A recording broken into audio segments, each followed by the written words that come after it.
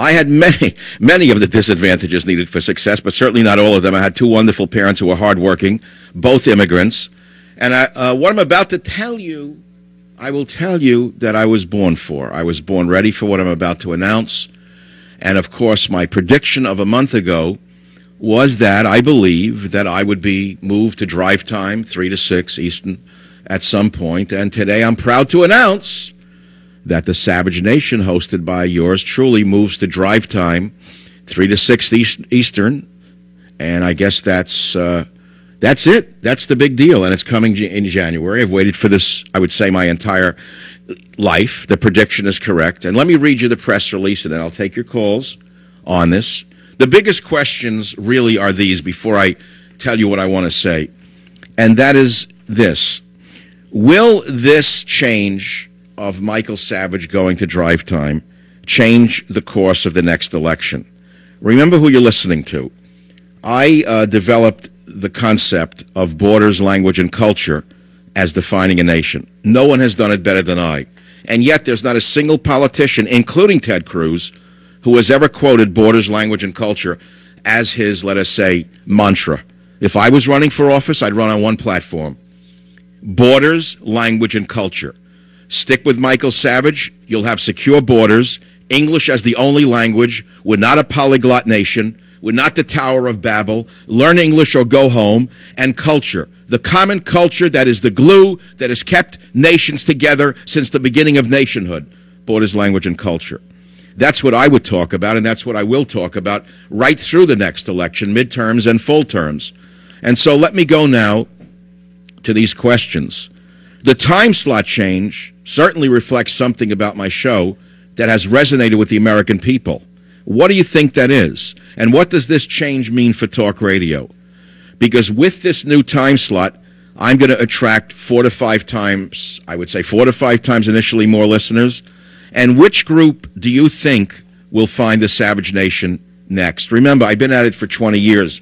I wasn't born yesterday. I'm #1 on the Internet in terms of Internet radio, and that's a big thing because that means the younger people who listen on iPhones and whatnot love the show.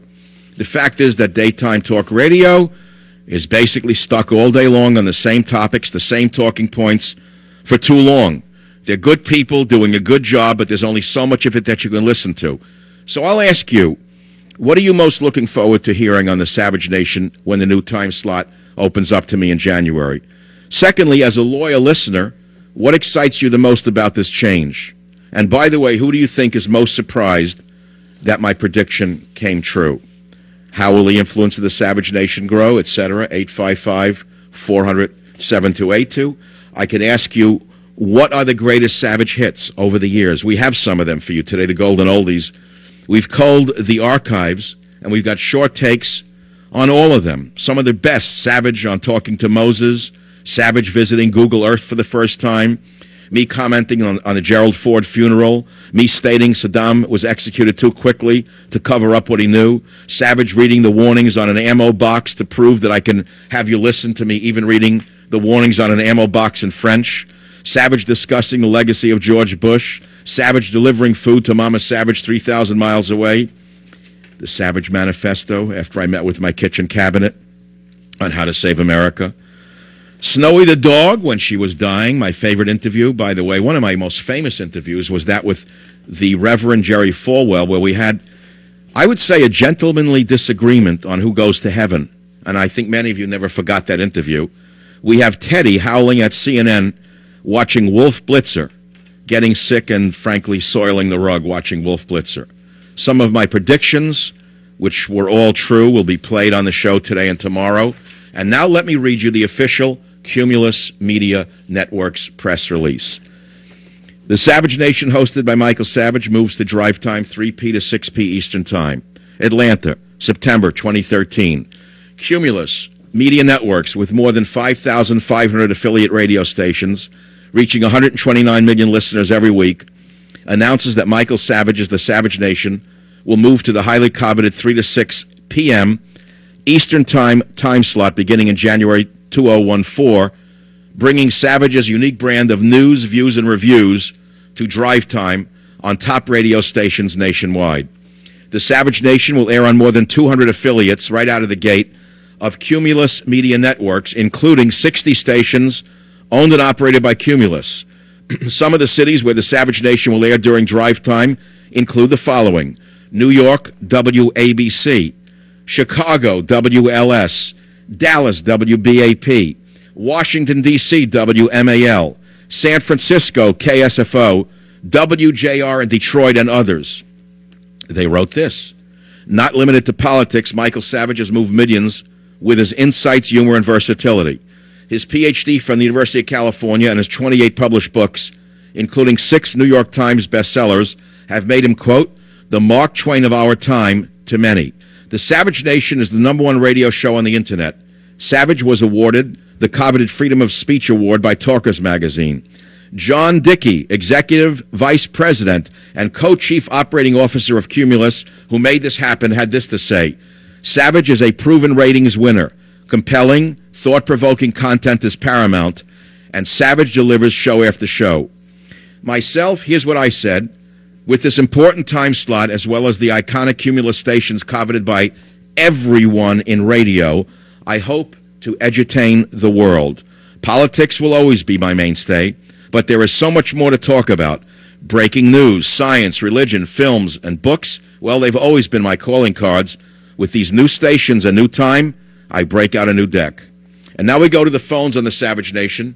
855-400-SAVAGE, 855-400-7282. The biggest shakeup in radio talk history was just announced on this program. It is the biggest shakeup in radio history. And without mentioning poor Wallbanger, I got to tell you, that guy was in this slot for, 20 years? It can't be easy, and I'm not going to say another word about Wallbanger. I'm going to stick only to what I do. Let's begin with Andrew on WABC in New York. Andrew, you're on the Savage Nation. Go ahead, please. Thank God. Yes, I'm so happy. Lifting my spirits. You're the cream of the crop, and everyone knows that you're honest. You don't have the political bias that other hosts have, like Hannity, for example. Whether they agree, they know that you're telling them the truth. And I just want to say he's Hitler in a headscarf. Yeah, that's one of my favorite Savage-isms. Wait, who are we talking about when I said Hitler in a headscarf? You mean Ahmadinejad? I think so, yes. Yeah, not I think so. We don't want to confuse him with a radio host. Thanks for the call. 855-400-7282 is the phone number. Now, look, Ted Cruz filibustered from last night till this morning. That's huge political news.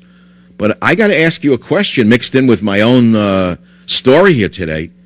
Can I ask you a serious question about this? Is Obamacare the biggest problem in your life? Because it isn't mine. Is Obamacare the #1 thing you go to sleep with, wake up with, and talk about over the water cooler? It isn't in my life. Why is Obamacare the obsession right now? Well, we know that it's socialized medicine. We know it's going to wreck the healthcare system. We know it's going to seriously damage the economy. But is that the #1 problem that should be discussed in America today? How about this?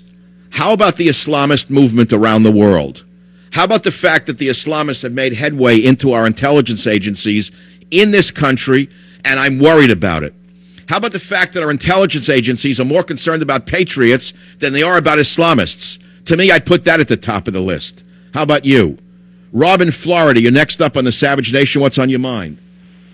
Hey, Mike, congratulations in your early time slot. I just want to say congrats to you. And just one more thing. I was listening to your show last week when you were talking about John McCain.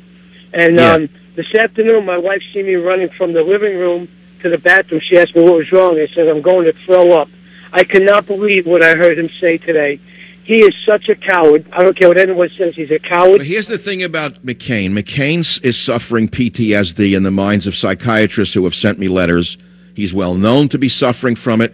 The man's back was broken by the Vietnamese torturers. He went through hell. We all loved him, and we love him.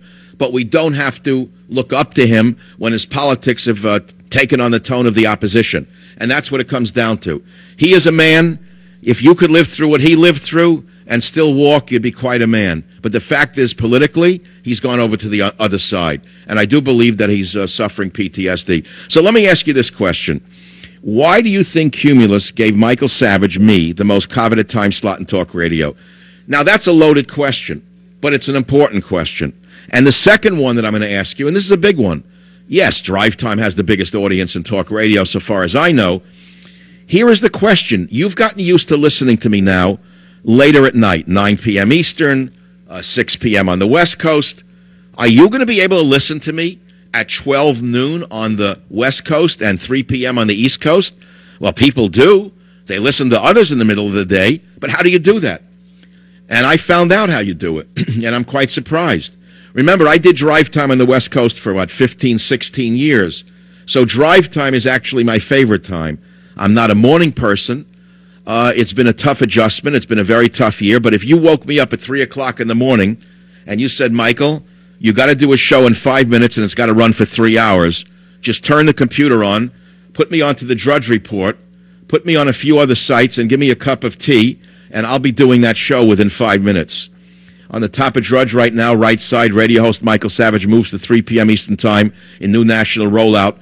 That is a developing story that is developing right here, right now on the Savage Nation. Let's go to the caller, Shelley in Houston. Welcome to the program. What's on your mind, Shelley? Hi, Dr. Savage. I want to say congratulations. I believe you were given that slot because you have really earned it.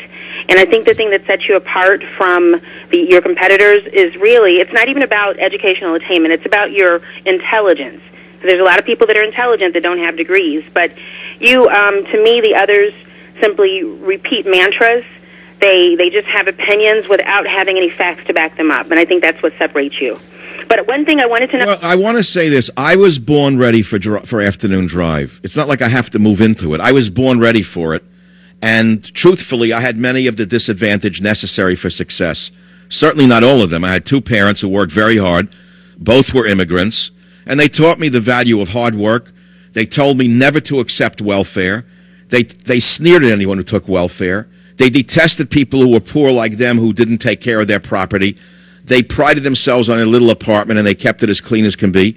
And I learned all of those things from my parents. And I'm not doing this to play the violin to tell you that I'm a poor guy, because I'm not a poor guy anymore. But I was, and I understand what it's like to be an immigrant son. And I'll never forget that. And remember this about Michael Savage. People have different strengths and different weaknesses in radio as in all other walks of life. I am the only person in Major League Talk Radio who has 1 foot in the old world and 1 foot in the new world. Remember, I am a first-generation American. Of that I am very proud. Look how far I've come. I am man-child in the promised land. My father came here as a little boy from Russia with nothing in his pocket, and he died at a very early age. His father died at a very early age. They worked their hearts out. They would rather throw themselves off a fire escape than have accepted welfare. They never did. They worked, and they worked, and they worked, and they passed the baton on to me. And I intend to make the most of this golden opportunity. The biggest shakeup in radio talk history. I'll be right back.